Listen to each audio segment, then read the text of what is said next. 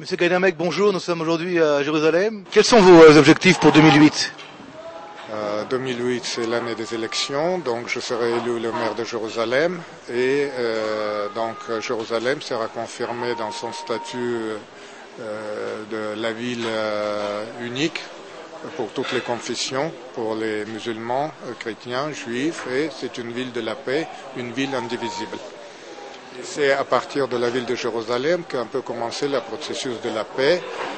Malheureusement, en Israël, les structures d'État d'Israël sont obligées de protéger l'État d'Israël contre les extrémistes arabes et cette protection elle est exercée à travers de la pression militaire, policière et économique contre les Arabes. Donc ce qui augmente à nouveau, c'est un cercle vicieux, ce qui augmente à nouveau la tension.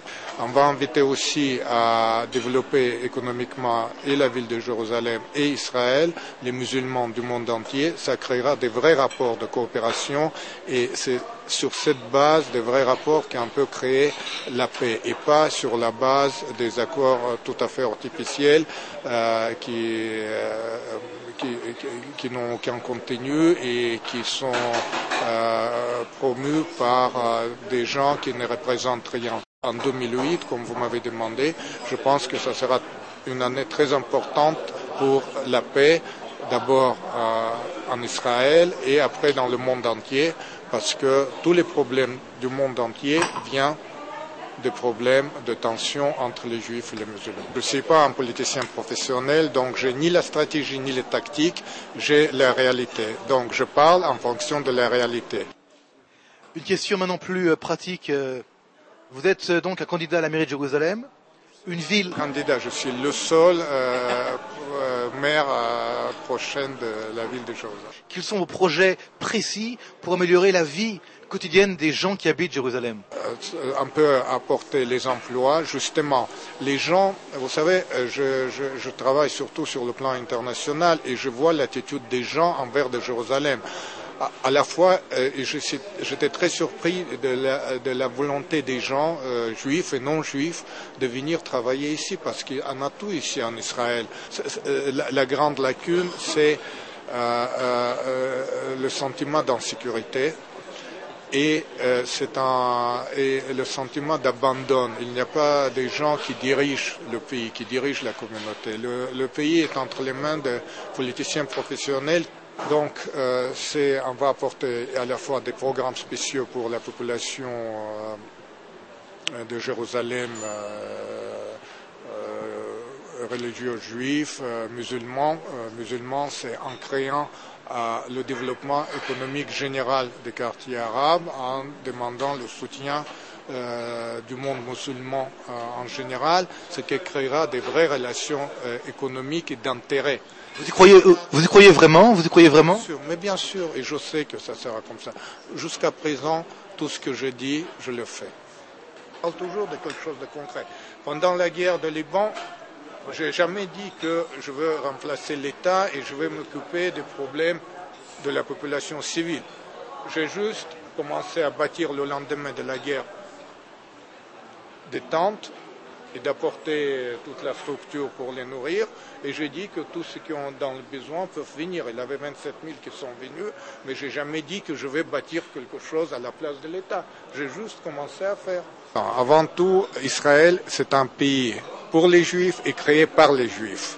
Donc, et pour sauvegarder la tradition juive et même la survie physique du peuple juif. Donc, tous les Juifs sont égaux. Vous avez des programmes particuliers parce que vous êtes comme quelqu'un qui connaissait l'étranger, qui connaissait le passage de l'étranger vers Israël. Vous voyez, encore une fois, la différence des politiciens professionnels. Je ne vais pas vous donner les théories, c'est très facile de parler. C'est très, très facile. J'ai toujours agi en fonction de la situation présente. Êtes-vous optimiste? Ce sera ma dernière question pour 2008. Je suis très optimiste pour 2008 parce que je sais que, vous savez, Annapolis, c'est une action complètement vide et gratuite, mais beaucoup de gens l'ont compris. Vous savez, c'était prévisible même avant, mais c'est après maintenant, on voit que ce sont des points qui sont développés, ce sont des points artificiels, faits par des gens artificiels, non représentatifs, que dans le seul but de leur carrière professionnelle, personnelle. Donc aujourd'hui, je sais, selon mes relations avec les dirigeants politiques des grands pays, notamment comme la Russie ou certains pays arabes, que aujourd'hui, par exemple, la Russie, qui est une grande puissance, qui voit Israël comme un pays partenaire et une nécessité pour la paix en Moyen-Orient. Aussi quand même qui est de l'Iran quand même. Non, parce qu'aujourd'hui, l'ennemi du monde entier, et notamment les pays arabes, c'est pas Israël, c'est l'extrémisme arabe. Donc les dirigeants arabes, ils veulent sauvegarder l'existence d'Israël. La nuit, un jour, les appels du comité des parents des enfants de Sderot. Donc, vous savez, Sderot, c'est une ville dans le sud qui est bombardée. Donc, j'évacue quelques milliers de gens pour quelques jours, juste pour leur laisser un peu de respirer un peu.